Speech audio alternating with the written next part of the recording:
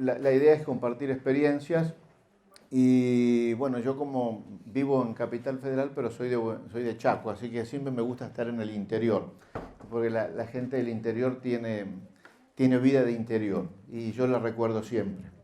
Entonces, bueno, estoy nuevamente contento de estar acá y felicitaciones a Pedro, porque Pedro ha trabajado mucho, no digas que no, porque a mí me has llamado muchas veces, así que evidentemente has trabajado. La idea es que hablemos un poco de componentes especiales. Ustedes están acostumbrados a trabajar y a obtener en el banco de sangre los componentes estándares, que son los componentes lábiles por definición, porque tienen su fecha de vencimiento, pero dentro de los componentes, a su vez, hay algunos que necesitan algún tipo de proceso extra para que puedan ser indicados en pacientes especiales. Y por eso se denominan hemocomponentes especiales y en general tenemos que hablar que estos componentes además son productos celulares. Y vamos a empezar primero por aquellos componentes que son leucorreducidos o leucodepletados, que es exactamente lo mismo, y para ellos hay una definición, como es la de la ABB, que dice que es aquel producto que tiene menos de 5.6, menos de 5 por 10 a la 6 leucocitos del donante en el producto final, pero que debe conservar por lo menos el 85% del producto sanguíneo original. Para las normas europeas lo definen como aquellos que tienen menos de 1 por 10 a la 6 leucocitos por unidad. Fíjense ustedes, nosotros partimos de una unidad de sangre entera donde hay 2 por 10 a la 9 leucocitos, ¿sí? en ese componente, y luego del fraccionamiento van a quedar el 90% de ellos, fundamentalmente a predominio de polimorfos nucleares, van a quedar en los glóbulos rojos, un 8% que son mononucleares van a ir a los concentrados plaquetarios y solamente un 2% van a quedar en el plasma. Los que quedan en el plasma no importan, porque como el plasma va a ir a congelamiento, estos se van a destruir en el momento de la criopreservación. Y la leucorreducción hace que se pueda conseguir prácticamente casi un 100% de la pérdida de esos leucocitos, ¿sí? Van a quedar nada más que 5.000 leucocitos residuales que la verdad que siguen molestando. Y hubieron muchos métodos para poder hacer una leucorreducción. Se empezó por la centrifugación diferencial, el lavado con solución salina, congelamiento y descongelamiento de glóbulos rojos fundamentalmente, o la obtención de plaquetas por Buffy Coat, y también las nuevas técnicas de aféresis para preparación de plaquetas hace que haya una leucorreducción. Pero esta leucorreducción solamente se consigue un logaritmo de 3, que es insuficiente. Y yo, de todos los que están acá, y hoy le hice una pregunta a Silvina en relación con los lavados con solución salina, porque muchas veces los médicos insisten, quiero glóbulos rojos lavados para evitar la reacción febril no hemolítica asociada a la transfusión. Me saco de encima, quizás, la reacción febril no hemolítica asociada a la transfusión y agrego una posibilidad de una contaminación bacteriana del producto, que puede terminar en una sepsis posttransfusional. Así que eso hay que indicárselo a nuestros queridos médicos prescriptores, que yo me saco de encima algunos leucocitos y que me van a quedar un montón, y que además encima, si trabajo con circuito abierto, voy a terminar haciendo una contaminación bacteriana del producto. El que es realmente eficaz para leucorreducir es la técnica de filtración. Y si ustedes ven acá, los filtros que se utilizan hoy son aquellos filtros que utilizan fibras de poliéster o poliestirenos que están dentro de una carcasa de policarbonato, y en la cual ustedes van a ver, si uno lo mira en forma vertical, cuando se produce la leucorreducción, hay dos fases de ese mecanismo. En la primera fase, la sangre va a pasar por un filtro de microagregados, donde van a quedar fundamentalmente agregados, fundamentalmente tipo fibrina, ¿sí? Para que después, en una segunda instancia, va a pasar por el filtro específico, el flujo va a ir directamente por el filtro específico, donde van a quedar atrapados los leucocitos. Y muchas veces estos leucocitos además van a ir acompañados de plaquetas. Por eso es que hay una pérdida importante a veces del producto inicial. Entonces, esta leucorreducción, que es la leucorreducción universal, vamos a tener leucorreducidos los glóbulos rojos y los otros componentes que se preparen a partir de esa sangre entera leucorreducida. ¿Cuál es el mecanismo por el cual se hace la leucorreducción? Uno es un mecanismo de tipo mecánico, donde justamente los glóbulos blancos, por el mayor tamaño que tienen en relación con los eritrocitos y con las plaquetas, quedan detenidos en el filtro. La otra es por adherencia a las fibras del filtro, fundamentalmente porque los filtros tienen cargas, ¿sí? Tienen cargas negativas y los leucocitos tienen cargas positivas, entonces quedan atrapados justamente por esta diferencia de cargas. Y la otra es una absorción indirecta, porque los leucocitos tienden a adherirse a los glóbulos rojos y a las plaquetas y a sí mismos, y entonces también por mecanismo indirecto van a quedar absorbidos por ese mayor tamaño que tiene ese apelotonamiento celular. Ustedes saben perfectamente que hay dos tipos de filtros. Uno son los filtros de microagregado, que prácticamente ya no se utilizan más, y después tenemos para leucorreducir los llamados filtros de última generación, que tienen una capacidad de leucorreducir entre 4 y 5 logaritmos. Estos leucorreducen casi el 100% de los glóbulos blancos. Algunas empresas comerciales les van a decir que además algunos filtros también son capaces de poder retener citoquinas. No se los crean. ¿Sí? Sí leucorreducen, sí atrapan elementos celulares, pero no atrapan ni fracciones de complemento ni citoquinas. Por eso es que muchas veces, y vamos a ver en varias oportunidades por qué un paciente que recibe unidades leucorreducidas todavía es capaz de producir o se le puede producir en él una reacción febril no hemolítica asociada a la transfusión. Dentro de los filtros de última generación podemos tener los llamados filtros de prealmacenamiento y filtros de posalmacenamiento. En relación también con el tipo de leucorreducción, podemos decir que nosotros podemos hacer en nuestros servicios, en nuestros bancos de sangre, una leucorreducción selectiva, donde yo voy a elegir el hemocomponente que voy a leucorreducir, o si no, hay políticas transfusionales en las cuales se hace la leucorreducción universal, es decir, todas las unidades de sangre pasan por la leucodepresión. Pregunto al auditorio, ¿les parece que en Argentina estamos en condiciones de hacer leucorreducción universal? No. ¿Y no por qué? Uno es costo y el otro es porque todavía tenemos una calidad de donantes en los cuales tenemos una cero prevalencia de infecciones transmisibles por transfusión importante y que porque no tenemos servicios centralizados todavía seguimos desperdiciando un montón de hemocomponentes por vencimiento. Entonces, nosotros debemos hacer una leucorreducción selectiva. Entonces, seguro en el momento en que hagamos la leucorreducción, esta puede ser en el momento, en el prealmacenamiento o posalmacenamiento. El prealmacenamiento es esta que yo les comentaba recién, en la cual tenemos una unidad, una bolsa que obtenemos una unidad de sangre entera, vamos a hacer la leucorreducción y tenemos los hemocomponentes que preparamos de ella, todos leucorreducidos. Y después tenemos la posalmacenamiento, que la podemos hacer en el banco de sangre o los bedside o al lado de la cama del paciente.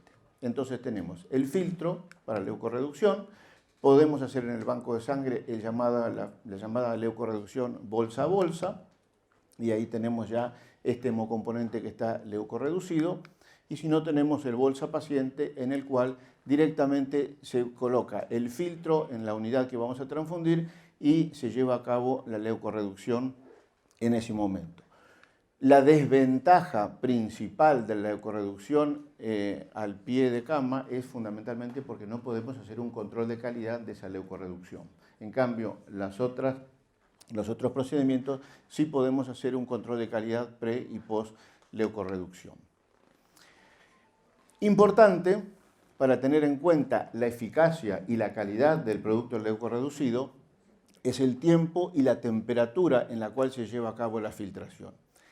En realidad, se aconseja que por lo menos debamos esperar 2 horas de efectuada la flebotomía para llevar a cabo la leucorreducción. ¿Por qué? Porque le vamos a dar tiempo a esos glóbulos blancos, a si hay alguna bacteria dando vuelta por ahí, haga una fagocitosis de esa bacteria y después la bacteria va a quedar adentro del leucocito, adentro del filtro. Y es una de las maneras de prevenir una contaminación bacteriana del producto. También se recomienda que, como ya dijimos hoy, que se haga dentro de las 24 o 48 horas de producida la flebotomía para evitar la lisis o la fragmentación de los leucocitos. Y también, si voy a hacer la leucorreducción prealmacenamiento en esas 2 horas posteriores a la flebotomía, es conveniente dejarla a temperatura ambiente, porque a temperatura ambiente hay una mayor posibilidad de adherencia de los glóbulos blancos a las fibras del filtro y entonces va a ser mucho más eficaz la leucorreducción. Entonces, el beneficio o los beneficios de la leucorreducción prealmacenamiento es una disminución considerable de la formación de microagregados, evita la producción de citoquinas porque se evita que se rompan los glóbulos blancos y se liberen citoquinas, las citoquinas que producen fiebre, que se libere histamina y de esa manera disminuimos las posibilidades fundamentalmente de la reacción febril no hemolítica asociada a la transfusión, fundamentalmente en los concentrados plaquetarios. Se evita la lisis celular y por ende la liberación, por ejemplo, de gérmenes o citomegalovirus, entonces van a pasar a la unidad. Y también la disminución de sustancias solubles leucocitarias que son tóxicas para los glóbulos rojos y las plaquetas. Pareciera ser que los glóbulos blancos eliminan o segregan sustancias tóxicas que tienen acción deleteria sobre la membrana de los glóbulos rojos o la membrana plaquetaria. Esto hace que aumente la lesión por almacenamiento que tienen justamente estos componentes celulares. Pareciera ser que los glóbulos rojos y las plaquetas que fueron previamente leucorreducidas tienen mejor sobrevida, tienen menor lesión por almacenamiento. Fíjense ustedes cómo va aumentando la fragmentación de los leucocitos a medida que van pasando los días en un concentrado eritrocitario mantenido o conservado en sac-mannitol. Prácticamente al día 42 tengo un 70 o 75% de los leucocitos que han sido destruidos. Esto refuerza entonces lo importante que es la leucorreducción prealmacenamiento.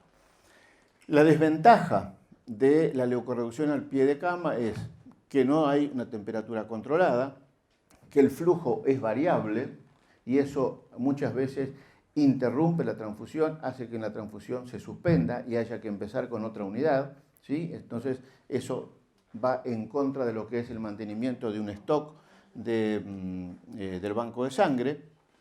Difícil entrenamiento del personal, porque el personal de banco de sangre sabe lo que tiene que hacer, pero en cuanto se detuvo una transfusión y la enfermera no sabe de qué se trata, lo primero que hace es retira la transfusión, la tira y pide otra.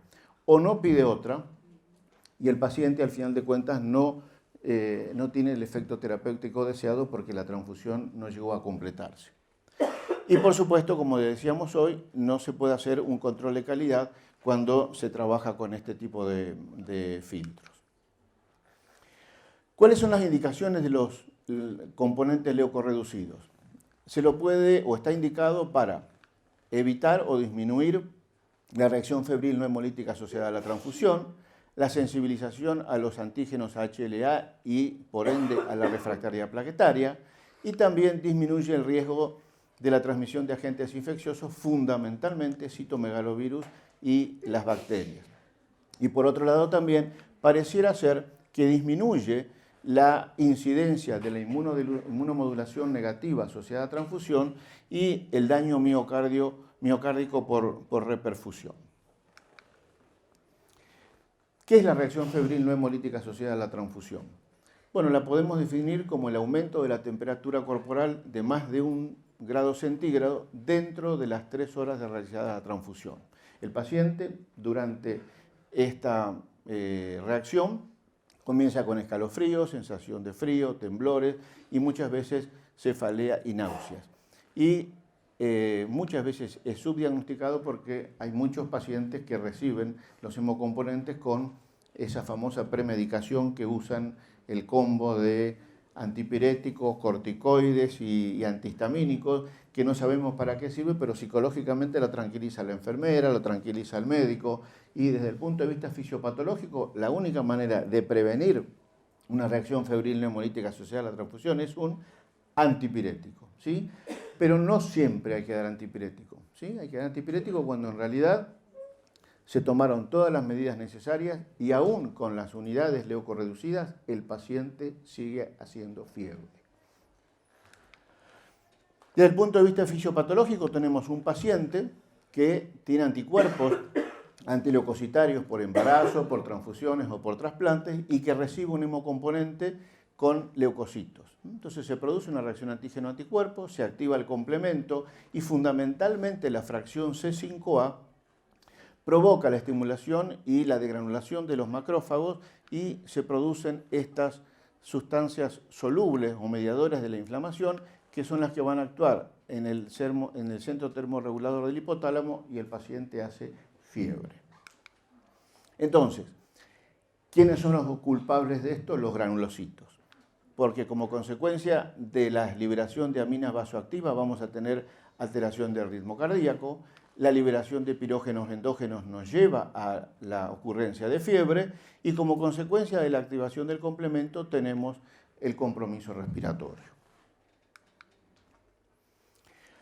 Entonces, en general, la reacción febril no hemolítica asociada a la transfusión la podemos ver como consecuencia de la administración de concentrados de glóbulos rojos o concentrados plaquetarios, ¿sí? Entonces, en relación con la transfusión de glóbulos rojos se ha visto que es de elevada utilidad para evitar la reacción febril no hemolítica asociada a la transfusión, es necesario la leucorreducción. Fíjense ustedes, pre-leucorreducción había una incidencia de 0,33 a 0,37 ocurrencia de reacción febril no hemolítica asociada con la transfusión de glóbulos rojos y esto luego de la leucorreducción universal bajó a 0,15 a 0,19%. En cuanto a la transfusión de plaquetas, también es efectiva en la prevención, pero como les comentaba al inicio, la filtración no es 100% eficaz. Hay pacientes que aún recibiendo unidades de concentrados plaquetarios siguen haciendo fiebre y tiene que ver fundamentalmente por la presencia de citoquinas endógenas. Esto tiene que ver fundamentalmente fundamentalmente se ven en los concentrados plaquetarios de donantes random, porque mientras están en agitación a 22 más menos 2, ese movimiento que tiene el agitador hace que los glóbulos blancos se rompan y liberan citoquinas endógenas que son las que van a provocar justamente la fiebre, ¿sí? Y también, tanto la filtración predepósito como la plaquetoféresis leucorreducida no elimina totalmente. Todavía hay una incidencia del 2% de reacción febril no hemolítica asociada a la transfusión. Eso tiene que ver fundamentalmente porque se transfunden concentrados plaquetarios incompatibles para el sistema HLA, porque las plaquetas liberan una sustancia soluble que es la molécula CD40L que provoca fiebre espirogénica, ¿sí? Y porque además hay mediadores solubles como el factor de crecimiento endotelial vascular beta 1 que hace también que se produzca esta reacción febril. También fíjense ustedes cómo bajó la incidencia de la reacción febril no hemolítica asociada a la transfusión con la utilización de unidades leucorreducidas, unidades concentrados plaquetarios leucorreducidos. En este trabajo que publicó la SET en el 2005, en pacientes transfundidos con eritrocitos, fíjense Con pacientes politransfundidos, del 10% bajó al 1,3% la incidencia de la reacción febril hemolítica. En pacientes talasémicos, del 13% a 0,5%, y los oncohematológicos del 27% a 2,15%. Y en la transfusión de plaquetas también hay una significativa disminución de la incidencia de reacción febril no hemolítica. Esto ya nos va diciendo que nosotros debemos tener en nuestros hospitales una política de para qué tipos de pacientes vamos a utilizar los componentes leucorreducidos. Bueno, esto lo vamos a pasar. La aloinmunización HLA, ¿qué podemos decir en ella? En realidad, se sabe que la dosis crítica sensibilizante es, para que se produzca un anticuerpo anti-HLA, es necesario un inóculo de 10 a la 6 leucocitos por unidad. Es mucho más frecuente, es la causa más común de la refractariedad plaquetaria de causa inmune, es dosis dependiente, ¿sí? Y no proviene, en general, en realidad solamente es eficaz para prevenir la inmunización primaria. El paciente que ya hizo anticuerpos anti-HLA, por más que haga leucorreducción, ya se sensibilizó y no va a prevenir una sensibilización secundaria. O sea, no previene la respuesta anamnésica. El estudio TRAP, que ya viejo, porque en el año 1997, su función era el estudio para reducir la inmunización de plaquetas, en la cual fue un estudio multicéntrico realizado durante 6 años, en la cual fue prospectivo, randomizado, a doble ciego, con 533 pacientes con diagnóstico de leucemia amiloide aguda.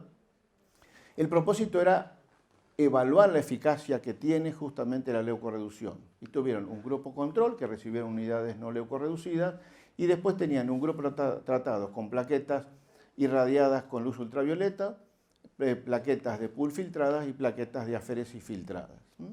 La irradiación, ya lo vamos a ver, interfiere en el funcionamiento de las células presentadoras de antígeno y por ende también disminuye la incidencia de la aloinmunización HLA, y por supuesto que la leucorreducción por filtración remueve esas células presentadoras de antígeno.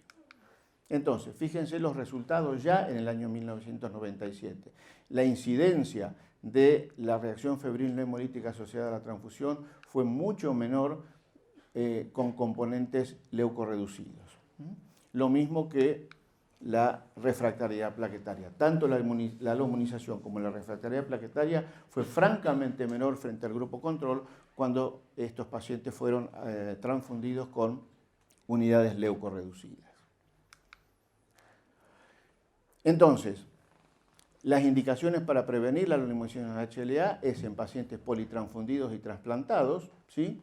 Y por eso digo que está indicado en este grupo de pacientes. Y, por supuesto, se recomienda siempre la leucorreducción prealmacenamiento. Bueno, ¿en qué beneficia la leucorreducción en este tipo de pacientes? No solamente en que hay una disminución en la sensibilización al sistema HLA, sino que se ha visto que en pacientes con leucemia amiloide aguda, como disminuye la refractariedad, tienen menor uso de concentrados plaquetarios, hay menor uso de unidades de concentrados plaquetarios HLA compatibles, estos pacientes van a tener menor días de internación y mayor recuperación hematopoyética porque justamente responden rápidamente al tratamiento y por supuesto, como tienen menores días de internación, hay una disminución de infecciones intrahospitalarias en este tipo de pacientes. O sea, son los beneficios secundarios que tiene la leucorreducción en estos determinados tipos de pacientes. La otra indicación de la leucorreducción es evitar la transmisión de citomegalovirus.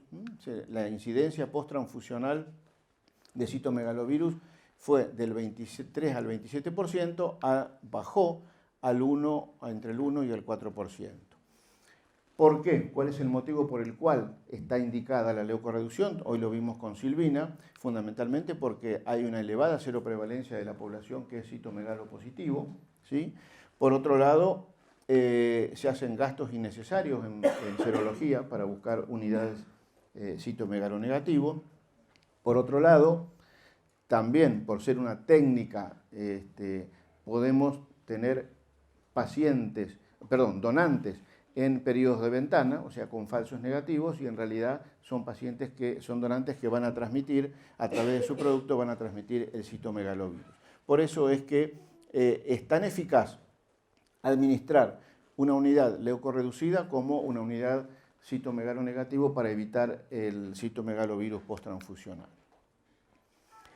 En relación con la inmunomodulación negativa por transfusión, se sabe que algunos tipos de pacientes, fundamentalmente pacientes con cáncer de colon, han disminuido, o sea, estos pacientes, además de tener un cáncer de colon y ser politransfundidos, estos pacientes tienen mayor predisposición a infecciones intrahospitalarias o a recidivas del tumor o también a hacer complicaciones metastásicas. Y eso tiene que ver fundamentalmente porque la presencia de leucocitos en esas unidades disminuye la actividad de los natural killer, lo mismo que la relación CD4-CD8, y también disminuye la blastogénesis linfocitaria. Entonces, frente a esto, estos pacientes tienen, que reciben unidades no leucorreducidas, son pacientes que van a tener mayor indicios o mayor posibilidades de una inmunomodulación asociada a transfusión. También la contaminación bacteriana, como habíamos dicho hoy, si le damos ese tiempo para que haya una fagocitosis en la etapa prealmacenamiento, hacen que puedan quedar atrapados en el filtro estos glóbulos blancos con las bacterias en su interior y de esa manera disminuye la incidencia de los componentes contaminados con bacterias. Como ustedes saben, nosotros tenemos una ley de sangre que tiene normas técnicas, que son las que regulan nuestras actividades, y está considerado justamente en estas normas la posibilidad de la leucorreducción, ¿sí? Entonces dice que el método debe estar escrito en el manual de procedimientos y que por supuesto la leucorreducción o la técnica tiene que estar validada y hay que hacer controles de calidad que demuestren justamente una eficacia del 90% de estos controles de calidad. Y la indicación es para prevenir la reacción febril no hemolítica asociada a la transfusión, disminuir la aloinmunización antígenos HLA y la refractoriedad plaquetaria en pacientes politransfundidos, también para disminuir el riesgo de la transmisión del citomegalovirus posttransfusional, y por supuesto es el Servicio de Medicina Transfusional el que tiene que llevar a cabo políticas para seleccionar qué tipo de pacientes son candidatos a recibir unidades leucorreducidas. La no indicación, porque también esto es importante considerarlo, porque muchas veces la leucorreducción parece ser que es o la que salva un montón de cosas, y sin embargo hay que tener en cuenta que no es necesario hacer unidades o administrar unidades leucorreducidas a pacientes que van a tener bajo requerimiento transfusional. También considerar que la leucorreducción no previene el injerto versus huésped posttransfusional. Para eso tenemos la irradiación gamma o la irradiación de componentes. No es eficaz para disminuir la incidencia o la ocurrencia de la injuria pulmonar aguda asociada a la transfusión, y tampoco está indicado para leucorreducir plasma o crioprecipitado. O sea, la leucorreducción hay que hacerla a componentes celulares. La leucorreducción hace también que uno pueda estar en conocimiento de la eventual presencia de efectos adversos. Uno de ellos es el síndrome del ojo rojo. Es un paciente que durante la transfusión de unidades leucorreducidas comienza con una inyección conjuntival, fiebre, cefalea, y tiene que ver fundamentalmente con un cuadro alérgico al componente de la fibra que tiene el filtro, ¿sí? También hay que tener en cuenta la hemólisis mecánica.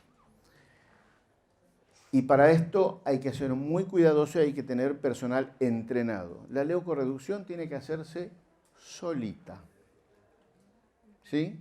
O sea, porque a veces los filtros comienzan, así se tapó el filtro, entonces uno le da una ayudita. ¿Sí? Esto es burdamente esta ayudita. Otro dice, bueno, vamos a hacer algo más específico. Le ponen un presurizador, el que usamos el manguito para la presión. Entonces aceleramos un poquito, le ayudamos al filtro. Ayudamos al filtro a hemolizar los componentes globulares. ¿Sí? Yo he visto una paciente que al día siguiente de recibir 2 unidades leucorreducidas era un canario de amarillo, porque hizo, obviamente, una hiperbili por la hemólisis que recibió. Y estaba más anémica que antes de haber recibido las 2 unidades de... ¿Quién hizo eso? El personal de enfermería que no está entrenado justamente para administrar un componente leucorreducido. También podemos ver una hipotensión severa, vamos a ver de qué se trata, y también, importante, debemos saber que la leucorreducción hace que podamos perder entre un 10 y un 15% del producto original.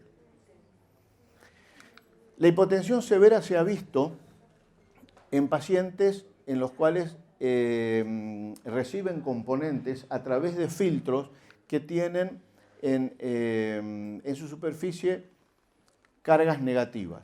Es como consecuencia de esto se estimula el factor 12 de la coagulación, la precaliqueína y el quininógeno de alto peso molecular. Esto hace que aumente la caliqueína plasmática, esto lleva a la producción de quininógeno de alto peso molecular y se ha visto que los pacientes que reciben la medicación con inhibidores de la enzima convertidora de angiotensina, el famoso enalapril, hace que acelere el pasaje de quininógeno de alto peso molecular a bradiquinina y esto lo lleva a la hipotensión. Yo les puedo asegurar que pasan los primeros 15, 20 mililitros y comienza el paciente con una hipotensión difícil de revertirlo hasta tanto no se suspende la transfusión de plaquetas.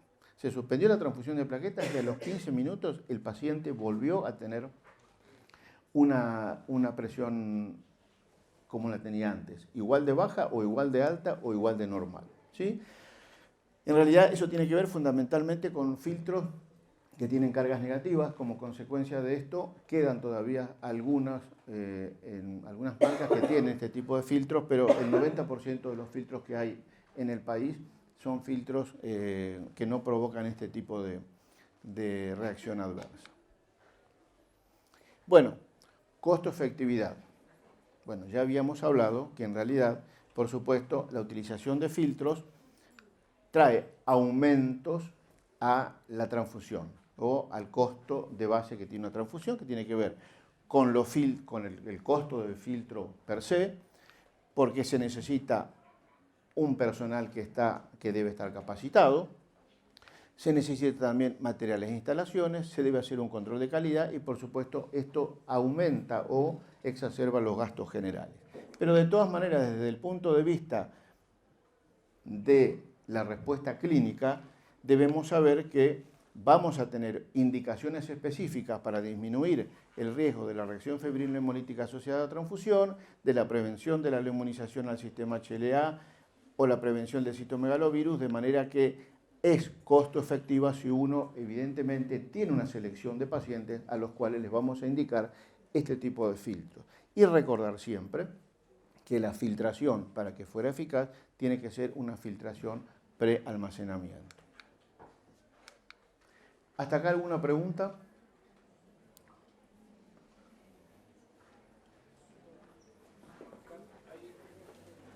Perdón, cuando vimos una de las imágenes que pusiste de los beneficios, vi que habías puesto HTLV1 y 2.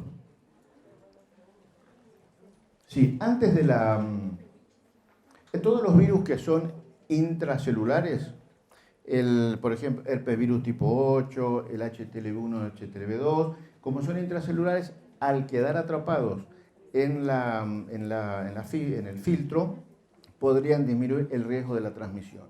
En realidad, la leucorreducción universal se empezó en Francia. ¿Por qué? Porque Francia tiene islas en el Caribe que forman parte, parte de sus colonias en el Caribe con una incidencia elevada de HTLV1 y HTLV2.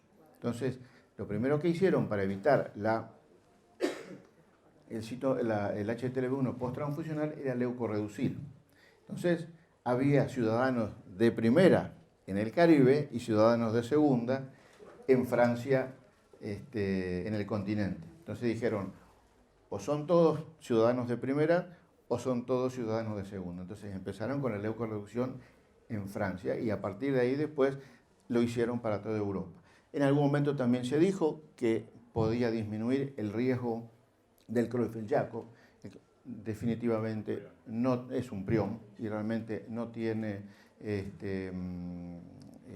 asidero científico leucorreducir para evitar un Creutzfeldt-Jakob. Pero ese fue el motivo por el cual empezó la leucorreducción universal. ¿Alguna otra pregunta? Vamos con irradiación de componentes. Bueno, el injerto versus web post-transfusional es una complicación escasa, poco frecuente, pero lamentablemente el 100% de estos pacientes se va a morir. Yo le puedo prolongar su vida con el tratamiento con corticoides, pero va a terminar muriéndose. ¿Sí? Y se produce un fallo multiorgánico que está dado fundamentalmente por los linfocitos TCD4 de un donante que reacciona contra antígenos HLA del receptor. No podemos saber cuánto es la dosis mínima necesaria para poder provocar un injerto USB posttransfusional. No hay voluntarios para esto. Así que tuvimos que ir a nuestros amigos los ratones y se vio que la dosis mínima necesaria para desencadenarla es 10 a la 7 linfocitos por kilo de peso. ¿Cuáles son los componentes que están en riesgo de provocar un injerto versus posttransfusional? Son aquellos que tienen componentes que tienen linfocitos TCD4. La sangre entera, los glóbulos rojos, los concentrados plaquetarios, los concentrados granulocitarios, y ahí dice plasma fresco. Plasma fresco. ¿Pero qué le falta a ese PF? Le falta la C de congelados.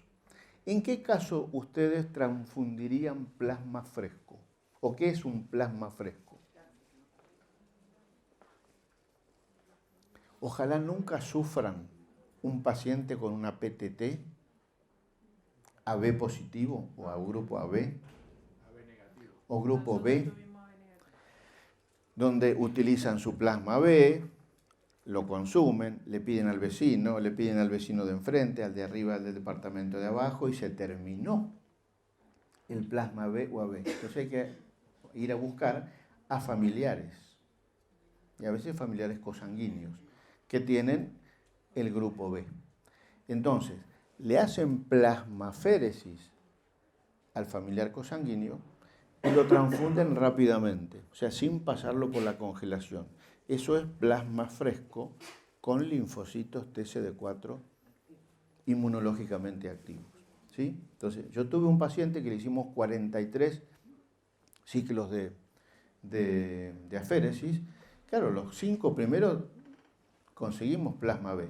Ahora el resto era plasma de su hermano y de su hijo. Entonces le hacíamos plasmaféresis a los familiares y mandábamos a irradiar. Entonces, ese es el concepto de plasma fresco, no pasó por la congelación. Es plasma fresco de verdad. Bien. Entonces, como no podemos tratarlo, tenemos que ir a la prevención. La prevención es a través de la radiación gamma, utilizando utilizando irradiadores de cesio 137 o cobalto 60. También la FDA aprobó hace unos años aceleradores lineales o irradiadores de componentes utilizando rayos X, y ahora también se utiliza, puede ser utilizado como manera muy eficaz los métodos fotoquímicos que combinan la utilización de los oralenos más la luz ultravioleta de tipo A. Hay dos tipos de irradiadores, como yo les comentaba, como comentó hoy Silvina, que tenemos los irradiadores de cesio 137 o de cobalto 60. Los específicos y mejores, por supuesto, y más adecuados son los de cesio 137. De todas maneras, uno puede tener la alternativa de cobalto 60 para hacerlo en un servicio de radioterapia, pero a esta posibilidad hay que validarla permanentemente porque no están indicados específicamente para irradiar componentes. Entonces, ambos son eficaces, pero hay que ser muy cautos con el control de calidad o el control de eficacia que tienen los irradiadores que utilizan cobalto 60. Estos son los irradiadores, cualquiera de los dos, irradiadores gamma o de rayos X, cualquiera de los dos están habilitados para irradiar componentes, ¿sí? Y por supuesto necesitamos, para que un producto se considere que está irradiado, necesitamos justamente estas etiquetas para evaluar que el producto ha pasado por la irradiación, para validarla. ¿Cuál es el fundamento de la irradiación? Es provocar una ionización y esto lleva a un entrecruzamiento químico del ADN celular sin afectar el normal funcionamiento de la célula, salvo el reproductivo. Es decir, el glóbulo rojo o la plaqueta no tiene núcleo, con lo cual no va a tener ninguna dificultad con la irradiación. El objetivo es inactivar a los linfocitos T justamente con un daño mínimo al resto de las células. ¿Cuál es la dosis? La dosis óptima está entre 25 y 30 grays en la parte central de la unidad y como hasta 15 o 20 en la periferia. Esto es lo que se considera como óptimo para poder hacer la irradiación. Dosis mayores, iguales o mayores a 50 ya provocan efectos tóxicos y está contraindicado. ¿Qué le produce o qué le provoca la irradiación a los componentes celulares? En el concentrado eritrocitario por supuesto, produce pequeñas alteraciones a nivel de la membrana del glóbulo rojo, de manera que va a provocar la salida de potasio y entonces tenemos hipercalemia y también peroxidación de los lípidos de la membrana. Esto lleva también esas pequeñas lesiones a la hemólisis y a la hemoglobinemia dentro de la bolsa. También hay una disminución de la capacidad del ATP celular y la capacidad de recuperación posttransfusional. En los concentrados granulocitarios, si bien disminuye el metabolismo oxidativo o la generación de superóxido o la capacidad de quimiotaxis, esto es irrelevante porque los concentrados de granulocitos hay que prepararlos y administrarlos lo antes posible. Y en el concentrado plaquetario, si bien disminuye el metabolismo aerobio, no disminuye o no afecta la función plaquetaria, de manera que uno irradia las plaquetas y lleva sus 5 días de vencimiento como normalmente. Aquí lo voy a resumir. Las unidades que son irradiadas, las unidades de glóbulos rojos, hay que disminuir una semana la fecha de vencimiento. Si los glóbulos rojos son conservados con Sang-Manitol a 42 días, hay que bajarlo a 35 y si no, con CFD, con adenina a 28. Y en el caso de unidades que van a ser administradas a neonatos o para transfusión intrauterina, solamente tiene una viabilidad de 24 horas. Con respecto a la utilización de los métodos fotoquímicos, bueno, lo que hacen este método es inactivar las células presentadoras de antígeno, ¿sí? Tiene una elevada afinidad por los ácidos nucleicos, ¿sí? Entonces provoca modificaciones irreversibles, inhibe la capacidad proliferativa de leucocitos y por ende también la síntesis de citoquinas.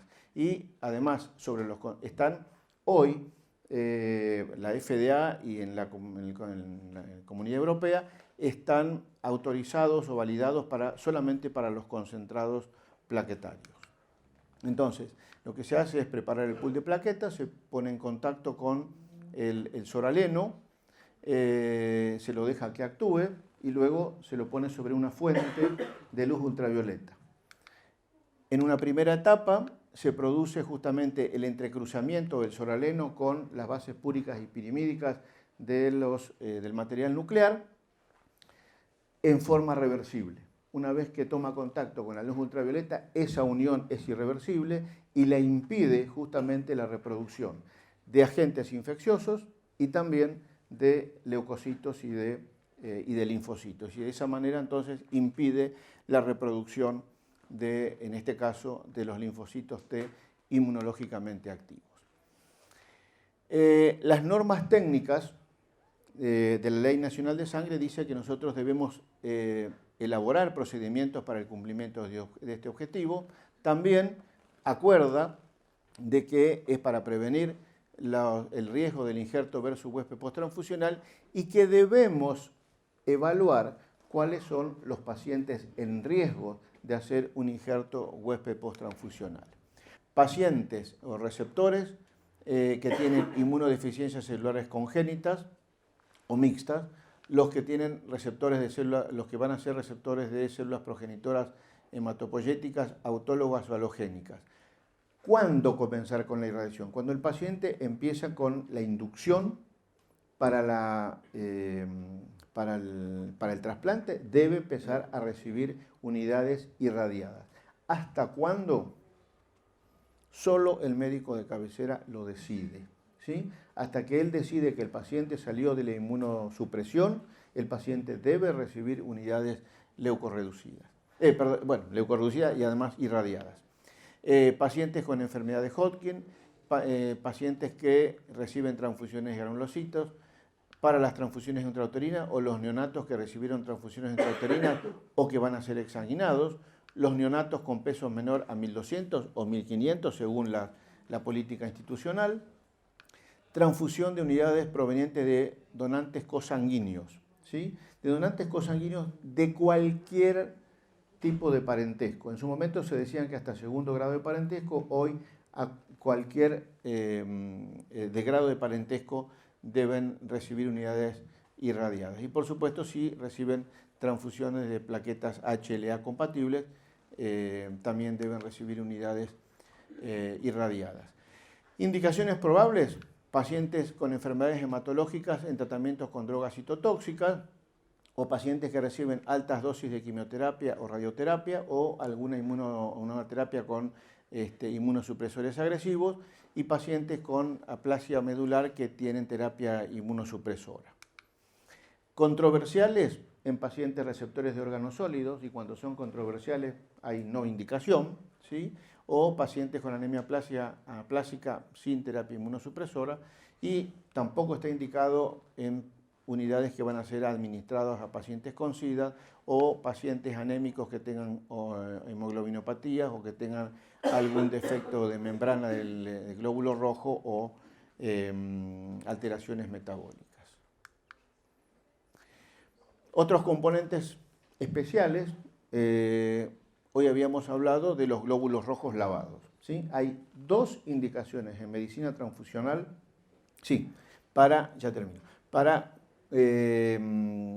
administrar unidades de glóbulos rojos lavados. Una es la hemoglobinuria paroxística nocturna para sacar el complemento, ¿sí? Que es lo que lleva a la hemólisis, y pacientes que tienen antecedentes de reacciones anafilácticas para retirar la inmunoglobulina A que puede provocar esta complicación que tiene una elevada posibilidad de mortalidad, ¿sí? Y después tenemos aquellos productos fraccionados para pediatría, que no me voy a extender porque hoy ya habló de ellos la doctora Cooperman. Esto es para mantener, haciendo hincapié en el lavado globular, hay que disponer, para darse ese lujo, hay que tener conector estéril de tubuladura, y acá tenemos para obtener productos fraccionados para pediatría. Muchas gracias.